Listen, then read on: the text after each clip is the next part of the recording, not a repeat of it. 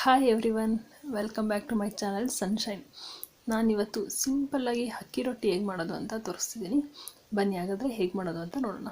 ನಾನು ಇಲ್ಲೊಂದು ಬೌಲ್ ತೊಗೊಂಡಿದ್ದೀನಿ. ಆ ಬೌಲ್ಗೆ ಎಷ್ಟು ಬೇಕಾದರೂ ಅಕ್ಕಿ ಹಿಟ್ಟು ನೀವು ತೊಗೊಳ್ಳಿ. ನಾನಿಲ್ಲೊಂದು 1.5 ಕಪ್ ಅಷ್ಟು ಅಕ್ಕಿ ಹಿಟ್ಟು ತೊಗೊಂಡಿದ್ದೀನಿ. ಅದಕ್ಕೆ 1 ಟೇಬಲ್ ಸ್ಪೂನ್ ಅಷ್ಟು ಎಳ್ಳು ಮತ್ತು ಖಾರಕ್ಕೆ ತಕ್ಕಷ್ಟು ನಾನು ಇಲ್ಲಿ ಖಾರದ ಪುಡಿ ಬಳಸ್ತಾ ಇದ್ದೀನಿ. ಮತ್ತು ರುಚಿಗೆ ತಕ್ಕಷ್ಟು ಉಪ್ಪು ಮತ್ತು ಹಸಿ ಕೊಬ್ಬರಿ ಬರುತ್ತಲ್ಲ, ಅದನ್ನು ಸಣ್ಣದಾಗಿ ಹಚ್ಕೊಂಡಿದ್ದೀನಿ. ನೀವು ನೋಡ್ತಿರ್ಬೋದು ಎಷ್ಟು ಸಣ್ಣಗಿದೆ ಅಂತ.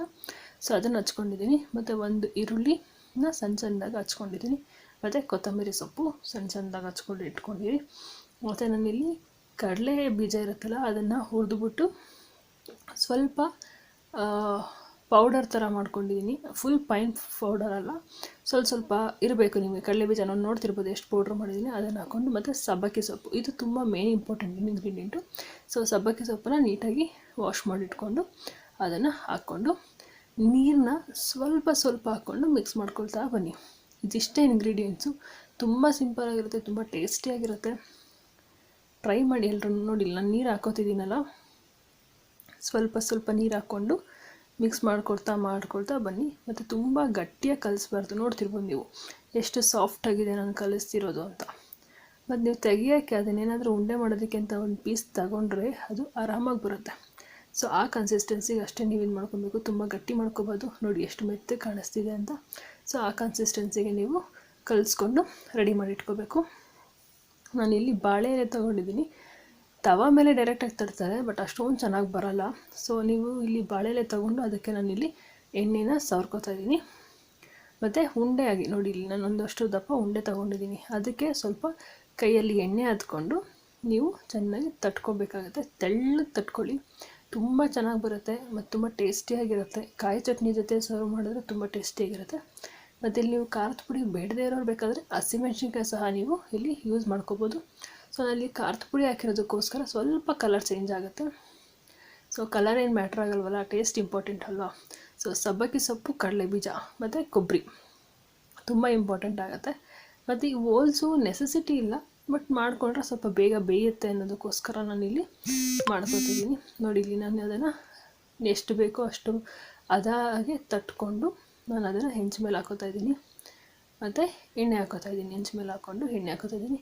ಒಂದು ಹಾಕಿದ್ದ ಸ್ಟಾರ್ಟಿಂಗಲ್ಲಿ ನೋಡಿ, ಅದು ಫುಲ್ ಕಲರೆಲ್ಲ ಚೇಂಜ್ ಆಗ್ತಾಯಿದೆ. ಫುಲ್ ಹಸಿ ಇರೋದೆಲ್ಲ ಫುಲ್ ಡ್ರೈ ಆಗಿರೋ ಥರ ಕಾಣಿಸ್ತಾ ಇದೆಯಲ್ಲ. ಸೊ ಅದರ ಫುಲ್ ಕಲರ್ ಚೇಂಜ್ ಆದಮೇಲೆ ಅದನ್ನು ನೀವು ಉಲ್ಟಾ ಹಾಕಬೇಕಾಗತ್ತೆ. ನೋಡಿ, ಈಗ ಸ್ಟಾರ್ಟ್ ಮಾಡ್ತೀನಿ. ನೋಡಿ, ಈಗ ಉಲ್ಟಾ ಹಾಕಿದೆ. ಈಗ ಮತ್ತೆ ಎಣ್ಣೆ ಹಾಕಿದ್ದಕ್ಕೆ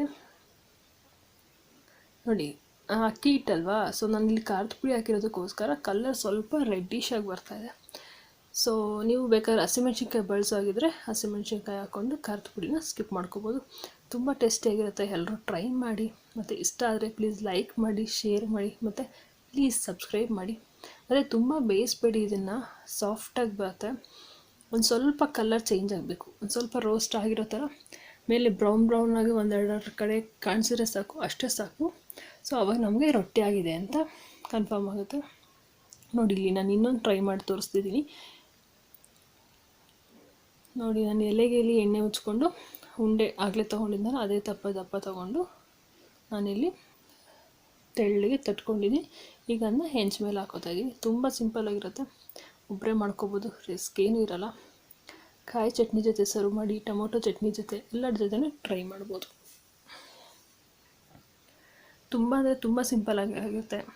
ಪ್ಲೀಸ್ ಎಲ್ಲರೂ ಲೈಕ್ ಮಾಡಿ, ಶೇರ್ ಮಾಡಿ, ಮತ್ತು ಪ್ಲೀಸ್ ಸಬ್ಸ್ಕ್ರೈಬ್ ಮಾಡಿ. ತುಂಬ ಜನಕ್ಕೆ ಅಕ್ಕಿ ರೊಟ್ಟಿ ಮಾಡಬೇಕು ಅಂತ ಅನಿಸ್ತಿರುತ್ತೆ, ಬಟ್ ಹೇಗೆ ಮಾಡೋದು ಅಂತ ಗೊತ್ತಿರಲ್ಲ. ತುಂಬ ಸಿಂಪಲ್ಲಾಗಿ ಹೇಳಿದ್ದೀನಿ, ಎಲ್ಲರೂ ಟ್ರೈ ಮಾಡಿ ಆಯಿತಾ. ನೋಡಿ, ಈಗ ಇದು ಆಗಿದೆ. ನಾನಿಲ್ಲಿ ಸರ್ವಿಂಗ್ ಪ್ಲೇಟ್ ಮೇಲೆ ತೊಗೋತಾ ಇದ್ದೀನಿ. ಸೊ ನೀವು ಟ್ರೈ ಮಾಡಿ.